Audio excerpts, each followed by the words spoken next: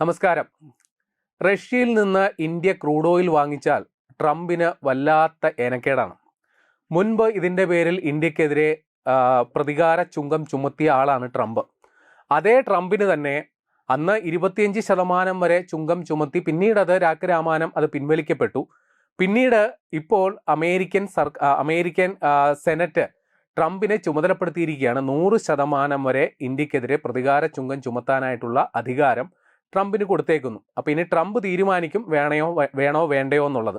അത് പ്രഖ്യാപിച്ചാലും അത്ഭുതപ്പെടാനൊന്നുമില്ല. കാര്യം Trump India എന്ന് കേൾക്കുമ്പോൾ ട്രംപിന് ഹാലളകുന്നത് കുറച്ച് നാളായിട്ട് തുടങ്ങിയ ഒരു പ്രശ്നമാണ്. ചിലപ്പോൾ അത് പ്രഖ്യാപിക്കപ്പെട്ടേക്കാം. എന്തുമായിക്കോട്ടെ, ഏതായാലും ഇങ്ങനെ ഒരു ഭീഷണി നിലനിൽക്കുമ്പോൾ തന്നെ സുപ്രധാന ഒരു വാർത്ത ഇപ്പോൾ വരികയാണ്.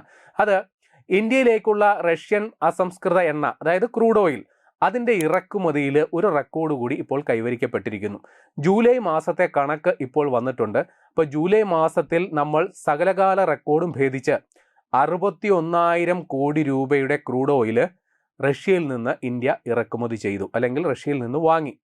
അപ്പോൾ ഈ റെക്കോർഡെന്നൊക്കെ കേൾക്കുമ്പോൾ നമ്മൾ കരുതും കുറേ നാളുകൾക്ക് മുമ്പ് സ്ഥാപിക്കപ്പെട്ട ഒരു റെക്കോർഡ് തകർക്കപ്പെട്ടു. കുറേ നാളുകൾ മുമ്പല്ല, തൊട്ട് മുമ്പത്തെ മാസം ജൂണിലെ മാസത്തിൽ 5.14 ബില്യൺ ഡോളറിൻ്റെ ക്രൂഡ് ഓയിൽ വാങ്ങിയിരുന്നു.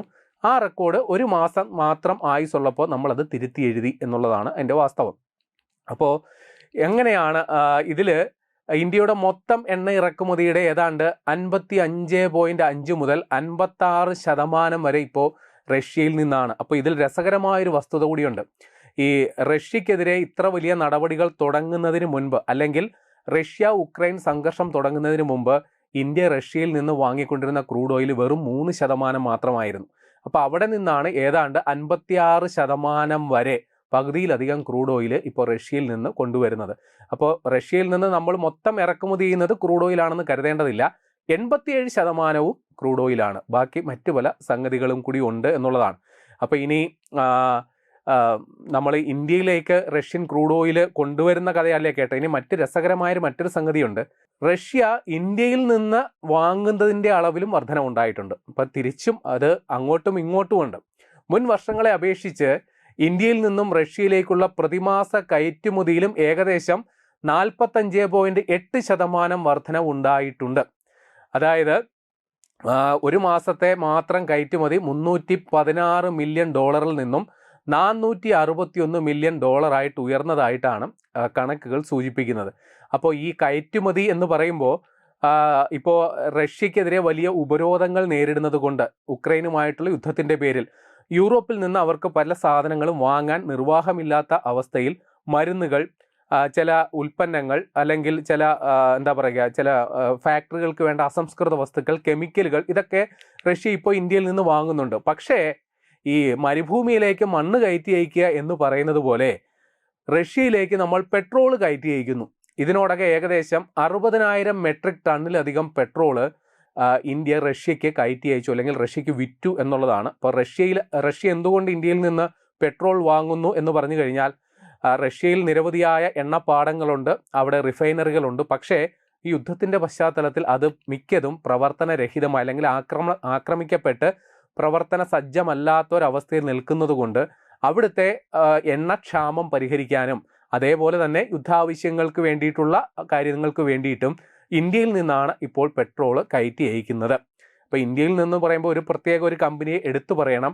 നമ്മുടെ രാജ്യത്ത് കഴിഞ്ഞ കുറച്ചു കാലം മുമ്പ് പ്രവർത്തനം ആരംഭിച്ച നയര എന്ന് പറയുന്ന എണ്ണ കമ്പനി, സ്വകാര്യ കമ്പനിയാണ്. അത് റഷ്യയുടെ പൊതുമേഖലാ എണ്ണ കമ്പനിയായ റോസ്നെഫ്റ്റിൻ്റെ ഒരു സബ്സിഡിയറിയാണ്, അല്ലെങ്കിൽ അതിൻ്റെ ഒരു ഏതാണ്ട് 49% ഓഹരി പങ്കാളിത്തം റഷ്യൻ കമ്പനിക്കാണുള്ളത്. അപ്പോൾ അവരുടെ റിഫൈനറിയിൽ സംസ്കരിക്കുന്ന പെട്രോളാണ് റഷ്യയിലേക്ക് പോകുന്നത്. എങ്ങനെയും ആയിക്കോട്ടെ, ആ ഇനത്തിൽ ഇന്ത്യക്ക് കുറച്ച് ചില്ലറ കിട്ടുന്നുണ്ട് എന്നുള്ളത് മാത്രം നമ്മൾ മനസ്സിലാക്കി വെക്കണം. ഇപ്പോൾ റഷ്യൻ ഫോസിൽ ഇന്ധനങ്ങളുടെ ലോകത്തിലെ 2ാമത്തെ വലിയ ഉപഭോക്താവായിട്ട് ഇപ്പോൾ മാറിയിട്ടുണ്ട് ഇന്ത്യ. 1ാമത്തേത് തീർച്ചയായിട്ടും ചൈനയാണ്. അപ്പോൾ ആഗോള വിപണിയിൽ ബ്രെന്റ് ക്രൂഡ് ഓയിലിനെ അപേക്ഷിച്ച് റഷ്യൻ എണ്ണയ്ക്ക് ഇപ്പോഴും ബാരലിന് $21 വരെ ഡിസ്കൗണ്ട് ലഭിക്കുന്നുണ്ട്. അപ്പോൾ ആ ഒരു കാരണം കൂടി കണക്കിലെടുത്താണ് റഷ്യയിൽ നിന്ന് പരമാവധി ക്രൂഡ് ഓയിൽ സംഭരിക്കാൻ ഇന്ത്യ തീരുമാനിക്കുന്നത്. ഇപ്പോൾ ആഗോള വിപണിയിൽ റഷ്യൻ യുറൽസിൻ്റെ അല്ലെങ്കിൽ അവിടുത്തെ ക്രൂഡ് ഓയിലിൻ്റെ വില $60.22 അപ്പോൾ നേരത്തെ നമ്മുടെ ഈ യൂറോപ്യൻ യൂണിയനും അമേരിക്ക എല്ലാം കൂടി ചേർന്ന് റഷ്യയെ അങ്ങ് പിടിച്ചു കെട്ടാൻ വേണ്ടിയിട്ട് $44.1 ഒരു പ്രൈസ് ക്യാപ്പ് റഷ്യക്ക് നിശ്ചയിച്ചിട്ടുണ്ട്. അതായത് റഷ്യക്ക് വലിയ ഉപരോധങ്ങൾ ഏർപ്പെടുത്തിയിട്ടുണ്ട്. ഇനി ഏതെങ്കിലും രാജ്യം റഷ്യയിൽ നിന്ന് ക്രൂഡ് ഓയിൽ വാങ്ങുന്നെങ്കിൽ ഈ പറഞ്ഞ $44 വാങ്ങാവൂ. റഷ്യയെ സാമ്പത്തികമായി ഞെരുക്കാൻ വേണ്ടി ഏർപ്പെടുത്തിയ ഒരു ഏർപ്പാടാണ്. പക്ഷേ റഷ്യ ഇപ്പോഴും ക്രൂഡ് ഓയിൽ വിൽക്കുന്നത് $60.22. അപ്പോൾ അമേരിക്ക നേരത്തെ പ്രഖ്യാപിച്ചത് പ്രകാരം ഈ പ്രൈസ് ക്യാപ്പ് പ്രകാരം ഉള്ള ക്രൂഡ് ഓയിൽ വാങ്ങലിനെ അവർ എതിർക്കുന്നില്ല. എന്നാൽ അതിനുപരിയായിട്ടുള്ള വിലയ്ക്കാണ് റഷ്യ ക്രൂഡ് ഓയിൽ വിൽക്കുന്നതെങ്കിൽ അതിനെ അവർ എതിർക്കും എന്നുള്ളതാണ്. പക്ഷേ അവരിപ്പോൾ വിൽക്കുന്നത് $66.022 എന്ന് പറയുന്നത് തീർച്ചയായിട്ടും അവരുടെ പ്രൈസ് ക്യാപ്പിന് ഉപരിയാണ്. അപ്പോൾ ഉപരോധ പരിധിയിൽ വരുന്നൊരു സംഗതിയാണ്. എന്നിട്ടും ഇന്ത്യ റഷ്യയിൽ നിന്ന് ക്രൂഡ് ഓയിൽ വാങ്ങുന്നു. ഇപ്പോൾ അന്താരാഷ്ട്ര വിപണിയിൽ ക്രൂഡ് ഓയിൽ വില കഴിഞ്ഞ 3 ആഴ്ചയിലെ ഏറ്റവും ഉയർന്ന നിരക്കിലാണ് നിരക്കിലുള്ള ഒരു സമയത്താണ് ഇപ്പോൾ മനസ്സിലാക്കുക. ഇപ്പോൾ ബ്രെന്റ് ക്രൂഡ് ഓയിലിൻ്റെ അന്താരാഷ്ട്ര വില $91.14 ആ സമയത്താണ് റഷ്യൻ ക്രൂഡ് ഓയിൽ ഏതാണ്ട് $66 ഇന്ത്യക്ക് കിട്ടിക്കൊണ്ടിരിക്കുന്നത്. അപ്പോൾ ഇതുകൂടാതെ എന്തുകൊണ്ട് റഷ്യൻ ക്രൂഡ് ഓയിൽ ഇന്ത്യ വാങ്ങുന്നു എന്ന് പറഞ്ഞു കഴിഞ്ഞാൽ, ഒന്ന് നമുക്ക് എല്ലാവർക്കും അറിയാവുന്നതുപോലെ ഹോർമൂസിലെ അനിശ്ചിതത്വം. ഇതുകൂടാതെ ബാബ് അൽ മന്ദേബ് എന്ന് പറയുന്ന ഒരു കടലിടുക്കിലും പ്രശ്നമുണ്ട്. അപ്പോൾ ഈ ബാൽ എൽ മന്ദേബ് എന്ന് പറയാൻ പുതിയ ഒരു കഥാപാത്രമാണ്. ചുരുക്കി പറഞ്ഞാൽ അത് ഈ നമ്മുടെ ഹോർമൂസ് കടലിടുക്കിൽ എന്തെങ്കിലും പ്രശ്നമുണ്ടെങ്കിൽ ഈ എണ്ണ ഉൽപാദക മിഡിൽ ഈസ്റ്റ് രാജ്യങ്ങൾ ആശ്രയിക്കുന്ന ചെങ്കടലിലൂടെയുള്ള ഒരു പാതയാണ് ഈ ബാബ് അൽ മന്ദേബ്. പക്ഷെ അവിടെ ഈ യമനിലുള്ള ഹൂത്തികൾ പ്രശ്നം ഉണ്ടാക്കുന്നുണ്ട്. അപ്പോൾ അവിടെയും സുരക്ഷിതമല്ല. അപ്പോൾ ഇന്ത്യക്ക് ഇപ്പോൾ ആശ്രയിക്കാൻ പറ്റുന്ന സുരക്ഷിതമായ ഒരു മാർഗം റഷ്യൻ ക്രൂഡ് ഓയിലാണ്. അപ്പോൾ നിലവിൽ റഷ്യയിൽ നിന്ന് കൊണ്ടുവരുന്ന ക്രൂഡ് ഓയിൽ നമ്മൾ വിപണിയിൽ എത്തിക്കുന്നുണ്ട്. അതോടൊപ്പം നമ്മുടെ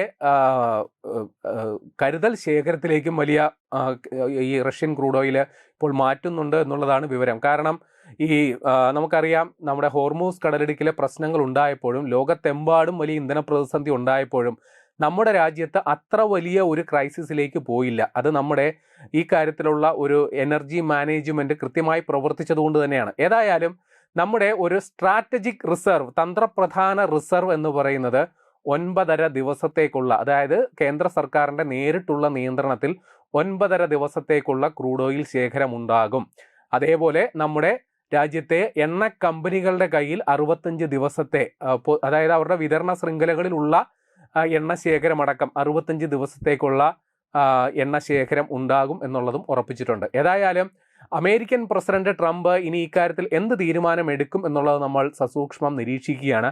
അദ്ദേഹത്തിൻ്റെ തീരുമാനം ഇന്നോ നാളെയോ എപ്പോൾ വേണേലും ഉണ്ടായിക്കോട്ടെ. അതുവരെ നമ്മൾ പരമാവധി റഷ്യൻ ക്രൂഡ് ഓയിൽ ഇന്ത്യയിലേക്ക് കൊണ്ടുവരിക എന്നുള്ളൊരു നയമാണ് ഇപ്പോൾ സ്വീകരിച്ചിരിക്കുന്നത്. ഇനി ഒരു പക്ഷേ ട്രംപ് ഇന്ത്യക്കെതിരെ 100% വരെ താരിഫ് പ്രഖ്യാപിക്കുന്ന നടപടി ഉണ്ടായാൽ പോലും റഷ്യയിൽ നിന്ന് ക്രൂഡ് ഓയിൽ കൊണ്ടുവരുന്നത് പെട്ടെന്നൊരു ദിവസം നമ്മൾ നിർത്തിവെക്കുമെന്നുള്ള വിചാരവും തൽക്കാലം നമുക്ക് വേണ്ട.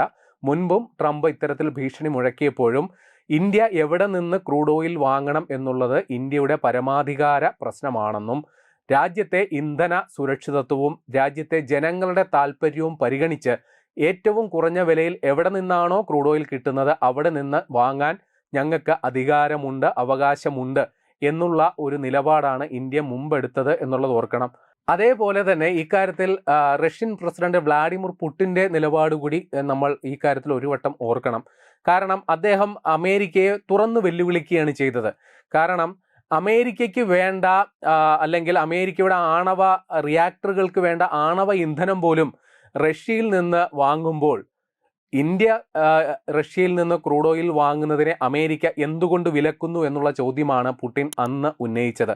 അതോടൊപ്പം ഇന്ത്യയിൽ സന്ദർശനത്തിന് വന്ന പുടിൻ അന്ന് തുറന്നൊരു പ്രസ്താവന നടത്തിയിരുന്നു. ഇന്ത്യയെ സമ്മർദ്ദത്തിലാക്കാൻ ശ്രമിച്ചാൽ അത് അനുവദിച്ചു കൊടുക്കില്ല.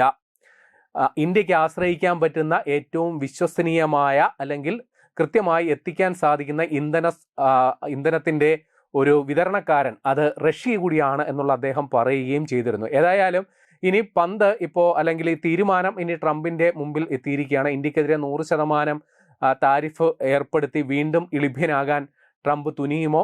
എന്തായാലും ഇക്കാര്യത്തിൽ നമ്മുടെ രാജ്യത്തിൻ്റെ താല്പര്യം പരിഗണിച്ച് നമ്മുടെ പൊതുമേഖലാ എണ്ണ കമ്പനികൾ റഷ്യയിൽ നിന്ന് ക്രൂഡ് ഓയിൽ കൊണ്ടുവരുന്നത് തുടരുകയാണ്. അതിപ്പോൾ ഏറ്റവും ഒടുവിലത്തെ റിപ്പോർട്ട് പ്രകാരം വലിയൊരു റെക്കോർഡ് സൃഷ്ടിച്ചു. അടുത്ത മാസം ഈ റെക്കോർഡ് ഭേദിക്കുന്ന വാർത്തകൾക്കായിട്ട് നമുക്ക് കാത്തിരിക്കാം.